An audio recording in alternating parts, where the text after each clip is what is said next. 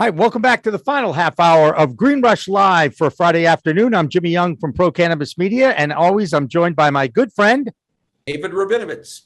And that's David, and he's in New York. I'm in Massachusetts, and then I've got three people from New Jersey because it's been a big week in New Jersey, and we figured this would be a good time to bring in some friends from New Jersey, including our regular contributor to our program, Tara Misu Sergente. Tara, always a pleasure to see you. Thank you so much for joining us.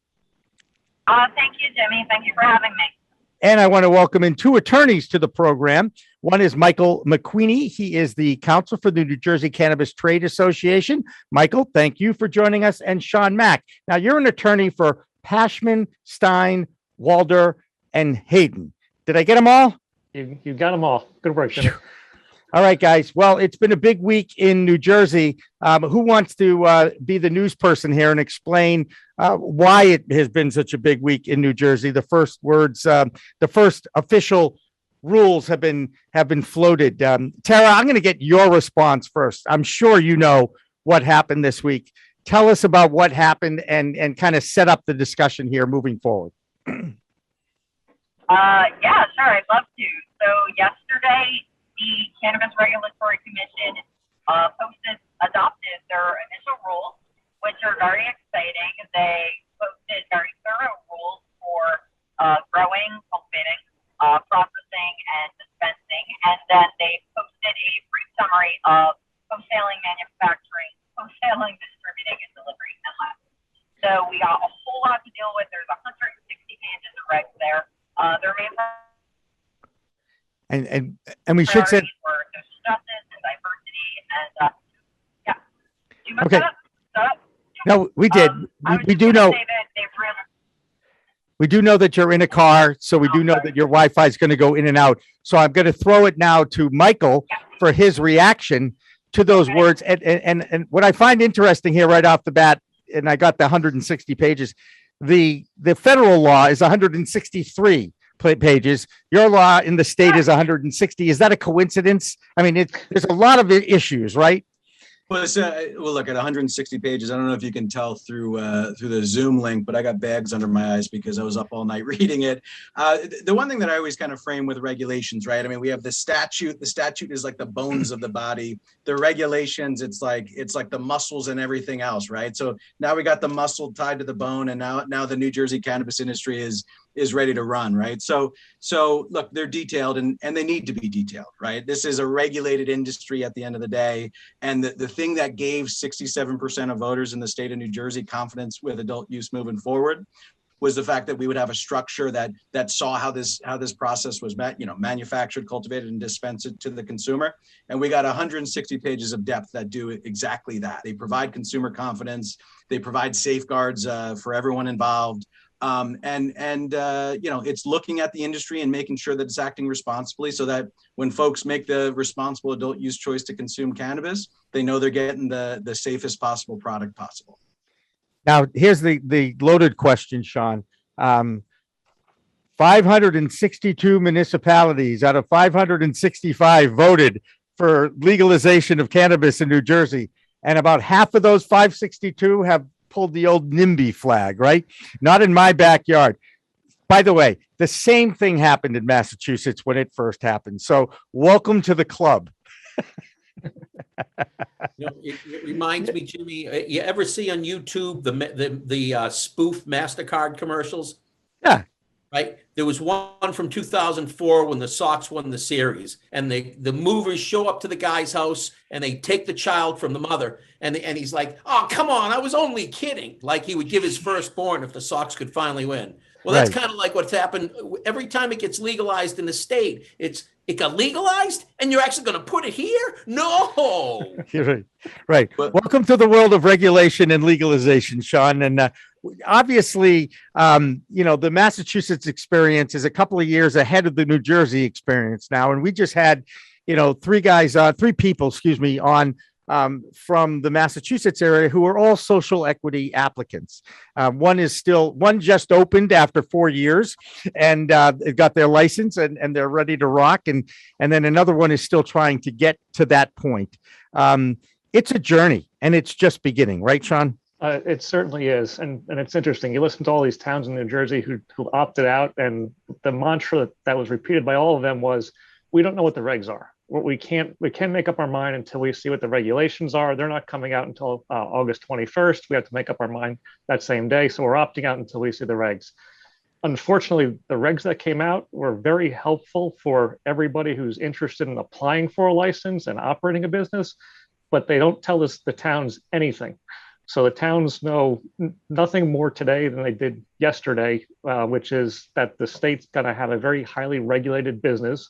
It's going to ensure that these operators are following the rules and operating good facilities and making safe products. That's what they knew before. That's what they knew today. Go ahead, Tara. Yeah, I was going to say, though, the towns, they are giving them their own autonomy. Jeff Brown even said during when they were going through the slides yesterday, he said, we can't tell the towns where to put these. There were things they don't have jurisdiction over. And they're giving towns are even allowed to give their own feedback to who they would like to see operate in their municipality. So really what they're saying is, we want the towns to be happy. We want the towns to make decisions that fit them. And I think the omission of regulation to, put a stronghold of this is what you have to do says everything. So all these towns who were waiting for the regs are basically go make an ordinance and, time for the ordinance is done, but, it's your town, run it the way you want. And here's my biggest beef with all this. The voters in each town voted for it. Okay. What I see happening again and again, whether it's Massachusetts, whether it's at the federal government, whether it's in South Dakota, okay, is the people that are elected to listen to those who put them in office. I don't want to point fingers. I don't want to put blame on anybody, but their job is to get educated now about this new industry.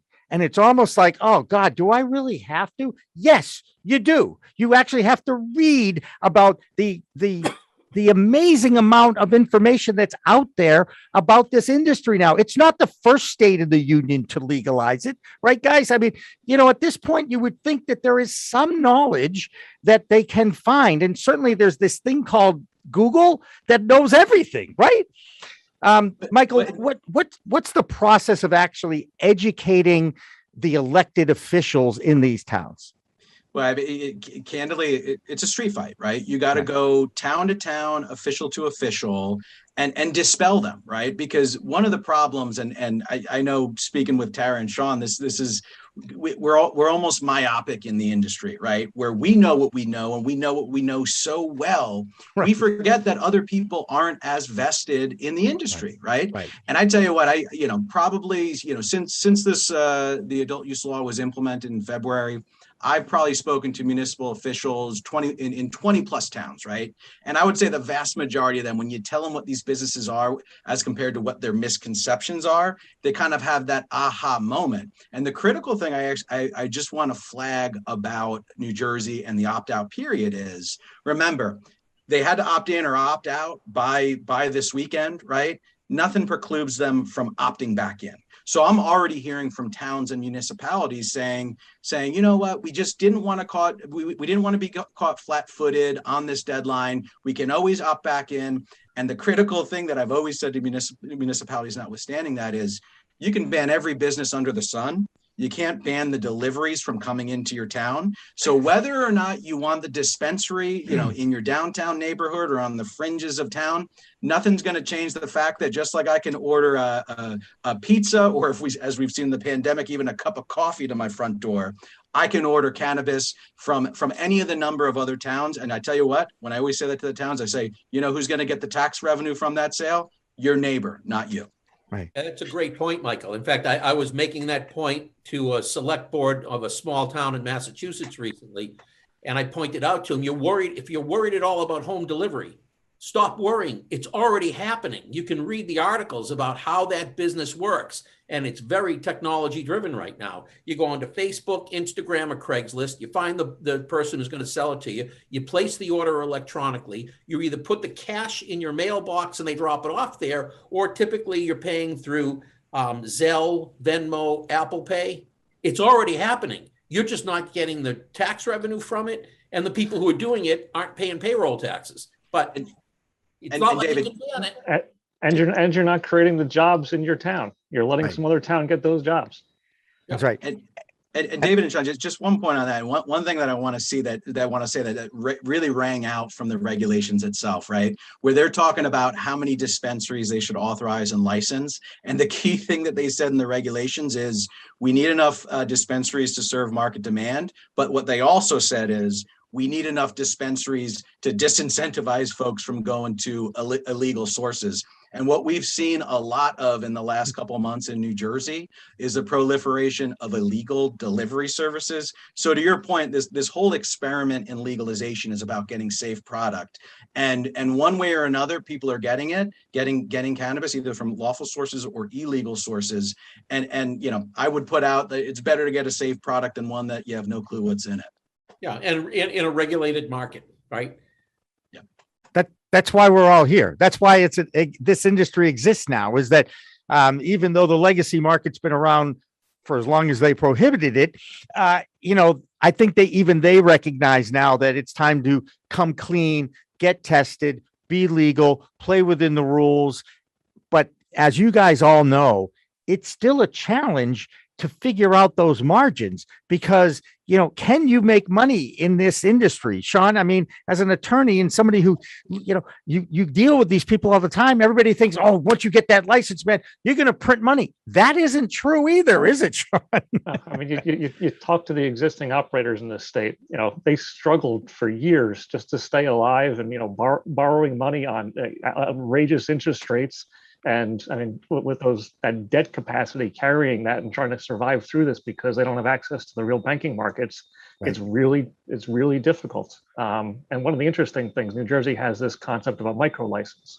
So the idea is, you know, it's for smaller operators to get people involved in this, but it limits your ability, the amount of product you can have on hand or sell or cultivate. So you don't need as much of an investment to get started, but your upside's also capped. So it's going to be very interesting to see whether the micro businesses actually can start to turn a profit, just given the economies of scale and things. Yeah, but it's a great way to get started, right, Sean? Because then you can grow into it, you get your customer base, and then you try to transform into the next license class. Exactly. That's one of the best things they did, was allow the micro licenses to expand, to convert into a full license once they demonstrate that they know what they're doing, they have a plan, they have a following. Look, it's a great way to encourage, boutiques, especially on the cultivation side. That's, boutique model there is perfect. And we've seen it with the craft beer industry. It's going to follow the same thing. Yeah, we have a similar license class up in Massachusetts. Are the New Jersey, the people that are making the rules and regulations, one of the things about Massachusetts is they looked at some of the other states and tried to learn from both the mistakes and the successes that they had. One of the states in the union that I think made the most sense and they were able to launch their adult use market quicker than anybody was Arizona. You guys in New Jersey only have a handful of medical licenses right now. Does it make sense to give those operators an opportunity to get right into the adult use market? Have you heard that might be happening at all? Michael, you're shaking your head. Well, so again, I'm general counsel for the New Jersey Cannabis Trade Association, which is the association of the licensed medical operators. So you raise a great point, right? The stronger a medical infrastructure, right, the easier it is to start that pathway, right? Because this is all about logistics at the end of the day, right? Mm-hmm. And our legislature recognized that loud and clear, and they provided a pathway, and the regulations reflect that, right? What the regulations reflect is the same exact thing that our association and the individual operators stand for, is that we will take care of the patients first, right? So part of that application is a certification by each individual operator that, hey, look, we're going to certify that we have enough product, inventory, and access for individual medical patients, but provided that we can show that through our data, yes, there's enough surplus to get to the next level. And I tell you what, one of the problems with New Jersey's medical marketplace is that, like many other cannabis marketplaces, it's been one that's been hampered with litigation, right? So there's been another 24 medical licenses caught in the pipeline. My hope, and I think the state's hope, is that more of those will get released in the next couple weeks, especially with adult use coming. But unequivocally, the existing medical operators in the state of New Jersey have risen to the challenge of making sure that they've expanded with patient expansion, and that they're also ready for adult use when and if the state authorizes it. Hey, Michael, I got a question for you and Sean. So we've got a chat that I'm always looking at and monitoring, and there's a lot of discussion going back and forth about license caps. Talk a little bit about license caps in New Jersey and whether you think the license caps are good or whether they're harmful. Well, I'll briefly give you my 2 cents on it, right? You know, our legislators and our regulators have been heavily influenced by the experience of Colorado and Oregon, especially around the year of 2016, right? And the concern and the reason that we have a cap on licenses, and again, it's only on cultivators, is so that we don't have oversupply and we don't have a marketplace that effectively collapses because of that, right? Because the more you overload the market with too much product, you're going to depress prices. And then the bad problem also happens where product ends up going out the back door and being sold again in the unsafe, unregulated marketplace, right? So that's the reason it's in there, just to start, right? You know, the CRC is going to revisit that over the course of the next 2 years. But remember, license caps and the number of licenses isn't the be all end all, because one of the other things that we saw come out of the regulations is this fact that there can be many different tiers of licenses, all the way up to 150,000 and then all the way down. And again, back to Sean's point from earlier, micro cultivators who can cultivate up to 2,500 square feet on a 24-foot vertical plane don't count towards that cap, right? So on the one hand, they want to make sure that we don't oversupply as a state. On the other, they want to make sure that there's room to grow for entrepreneurs starting from the ground up. Right. And Sean, go ahead. I just want to throw Sean in here for a second and get reaction from him. You also know that just because they put a cap on something doesn't mean that there are going to be some people out there that are going to try and go and usurp that cap, because that happened here in Massachusetts quite a bit. You know that, right? That's human behavior, right? That'll never happen. Not a chance. Sure, it won't. Okay. Yeah, people are ingenious, and you gotta. That's why the regulators are out there, and people do things. And look, we want people to follow the rules and do this the right way and get this thing going. Look, and part of the problem is you have things like that going, and then you get more litigation, and then it slows things down again, and it's just not good for everybody. Except for the lawyers. Come on, guys. Come on. That's okay. Go ahead, David. I'm sorry. Think about license caps.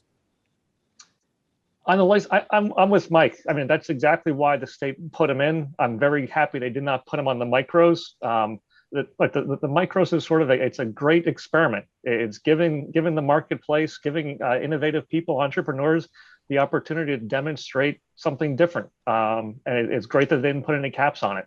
It also makes it so it's not a competitive market. It's not a competitive license for the micros. If you meet certain minimum standards, you're going to get your micro license. If there was a cap on it, now you have a competitive license. And as Jeff Brown from the CRC said, they don't want the real fight to get a license. They want the fight to be in the marketplace. Who's got the best products? Who's got the best ideas? So did they put any kind of cap on retail stores? They can. They have the discretion to put a cap on, but as of now, there is not one. And what the regulations say is when they announce, hopefully sometime soon, that they're accepting applications, they have the discretion to put a cap on it, or to say, we're accepting dispensary applications in this geographic region of the state only. So that's something we're waiting to see what happens. And David, just on that point as well. I mean, so again, just to show points, there's almost 2 soft caps, right? How many are solicited in the notice, but also remember this municipal element. So a town has an ability in their ordinance to say, we only want to allow 2 dispensaries, 5 dispensaries, no dispensaries, right? So remember, it's not all the state doing it at all. It's also this, to your point, the NIMBY elements who said, how comfortable do we want to be, at least in the short term? So in Massachusetts, here's the way it worked. We have this thing called Section 15 licenses, which is carry out alcohol, what we call package stores up here. And the minimum license count, if the community voted in favor, which it sounds like all the communities in New Jersey, but 2 voted in favor, is 20% of the number of carryout liquor licenses, unless they take a municipal-wide vote to lower it. So most of our municipalities that have allowed marijuana are going with the minimum, which is 20% of those, the carryout liquor licenses. Is there anything like that in that 160 odd pages for New Jersey? Nothing like that. I went to school in Massachusetts, so I remember the Packies. Remember, right? What school? What school? Holy Cross. Yep. So in Worcester, the last 30 minutes of our show is all about Worcester.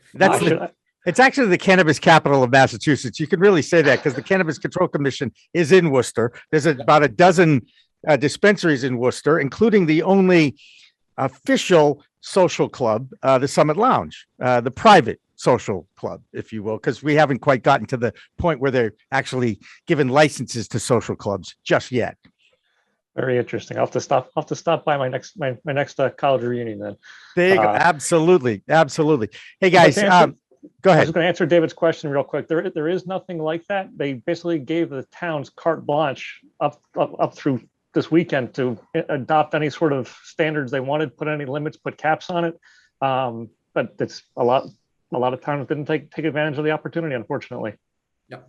Well, again, it's an unknown, and the fear of the unknown regarding the product and regarding the business and the industry is driving a lot of the early stage regulations and rules. And you guys get to, go through that. Here's my pen. Here's my pink highlighter. Here you go. I'll borrow it. You guys can borrow it. 160 pages to go. Michael's getting it out. He's already got it going. Yep. There you go. It's something to do this weekend while the storm goes by.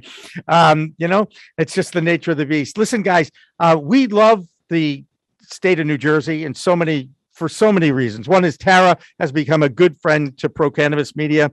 She's a regular contributor to our shows. Obviously, you guys know her. What you don't know is I was actually born in Newark, New Jersey. So even though mom and dad gave me Newton, Massachusetts as my 4th birthday present in 1960, it worked out pretty well for me too, let's just say, but I still have a soft spot in my heart for New Jersey. And a pseudo brother of mine lives in Mahwah, New Jersey. So I do head down to that neck of the woods every once in a while. And I really want you both to know that you have a friendly media group up here, and our reach now is literally not just national but international. We're really amazed at the impact that we've had. Doing the live talk show is something I've done now for 40 years. I'll admit not talking about sports is a little bit odd for me, but I'm learning quite a bit about this cannabis plant that has been a part of my life for a long time as well. So Michael and Sean, again, thank you so much for joining us. If they're interested, if people want to contact you, pick your brains, perhaps even get some billable hours for yourselves, how do they find you? What's the best way to find you, Michael? Yeah, sure. So I'll start with the New Jersey Cannabis Trade Association, and I'll just say real quickly, one thing that New Jersey Cannabis Trade Association has been doing over the last couple weeks, and will be a monthly endeavor, is we've been doing a social equity webinar series. We're going to extend that into a social equity office hours series, where once a month, anyone from the social equity community can come join, our team of operators and have a conversation about what's on their mind. That's for the New Jersey Cannabis Trade Association. For myself, I'm also an attorney at Foley Hoag. You can find me on the Foley Hoag website. But thanks, great to be here, and thanks for having me. Absolutely, Sean. How do we get to you?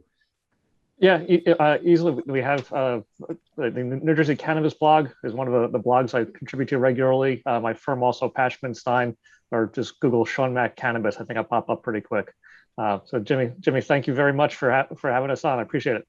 No, absolutely. You've got a friendly place to go talk anytime. And we are always looking for other ways to use our ability to take webinars or Zoom calls and share them with the public. So, let's get our PR people to talk to my PR. Oh, wait, that would be me. Just have them call me and we'll take it from there. David, how do we get to you? Who, me? You just show up on Friday afternoons, Jimmy. I'm like a staple here. I'm like Ed McMahon on Johnny Carson's couch. That's right. And you and Kurt Dalton will be taking over next Friday's show, and I appreciate that to give me a day off. So great. Hopefully, Michael and Sean, we can meet one another. I'm going to be presenting at NECAN in Atlantic City in early October. And Michael, if you, my partner and I were trainers for the first 2 cohorts of the social equity training program in Massachusetts. And we are now the consultants for the social equity, I forget what they call the program, for the city of Boston. So if you're looking for somebody who can talk about some of the social equity issues, we'd be glad to help out.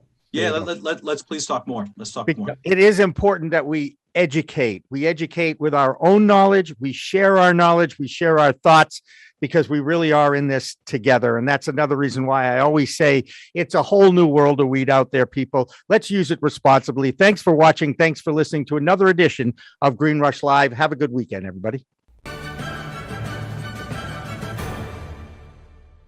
Weed Talk and In the Weeds are 2 productions of Pro Cannabis Media, supported by Revolutionary Clinics, one of the top medical cannabis dispensaries in the Massachusetts area, now with 3 locations in Greater Boston, 2 in Cambridge and 1 on Broadway in Somerville. Rev Clinics has a patient-first mission. They will customize your needs as a medical patient with the proper titration and combination of strains, flavors, and products. Rev Clinics, where the patient comes first.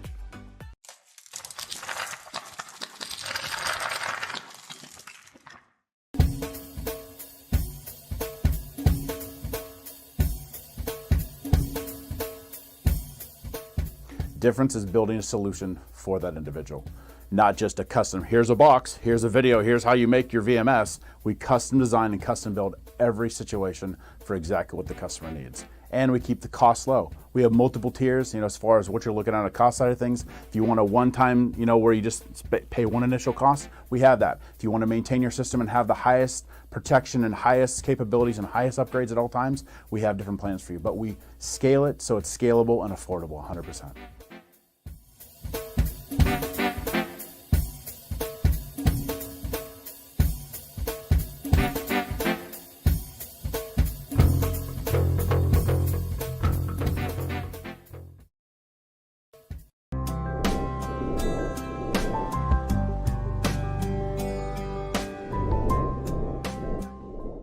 Pro Cannabis Media programming is available live and on demand on our Facebook page at Pro Canna Media, on Instagram at Pro Cannabis Media, on LinkedIn also at Pro Cannabis Media, on YouTube and YouTube Live on Pro Cannabis Media, Twitter at Pro Canna Media, and on twitch.tv/Pro Cannabis Media. So like, share, and subscribe to all of our content, newsletters, and shows live or on demand